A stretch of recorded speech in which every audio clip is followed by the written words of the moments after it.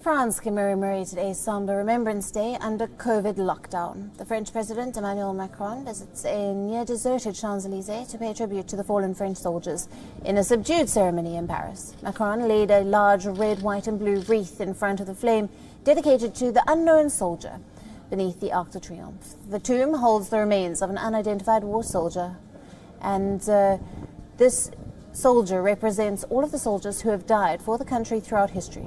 The mood was especially somber, with only a handful of key personalities in attendance due to the pandemic.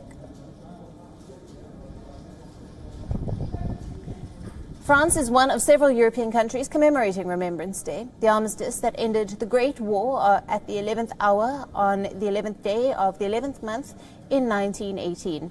This year, a group of French soldiers ran from Verdun to Paris, carrying rifles and sacks and the eternal flame. They followed the route of the unknown soldier who, 100 years ago, was entombed under the Arc de Triomphe. L'objectif, c'était également, au cours de cette course de Verdun à Paris, en portant la flamme, d'honorer tous nos morts et de montrer que le 11 novembre, c'est pas seulement les morts de 14, mais c'est tous nos morts, et chaque journée a marqué un hommage à une génération du feu.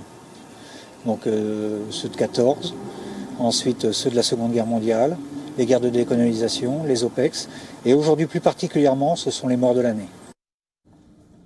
Fully kitted out soldiers arrived in Paris after a 5-day, 360-kilometer relay race.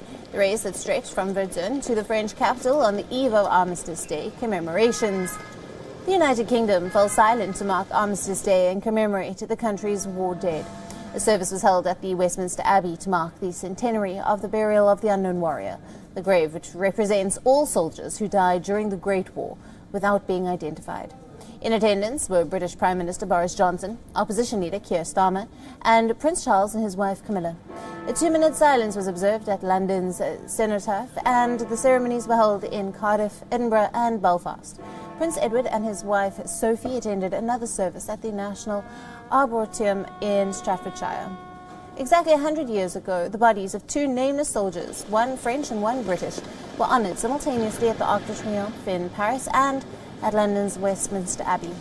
The tomb of the unknown warrior became a powerful and evocative symbol of the shocking loss of life in World War I.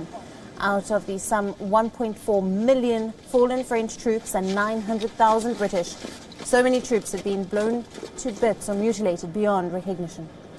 Britain's unknown soldier was randomly chosen from 6 unidentified bodies exhumed from the battlefields in 1920. At the same time, in France, the remains of 8 unnamed French soldiers were exhumed from 8 battlefields across the country and collected in Verdun, where one of the war's bloodiest battles was fought. An eternal flame burns by the tomb, and its marble slab bears the inscription, "Here lies a French soldier who died for the homeland, 1914 to 1918.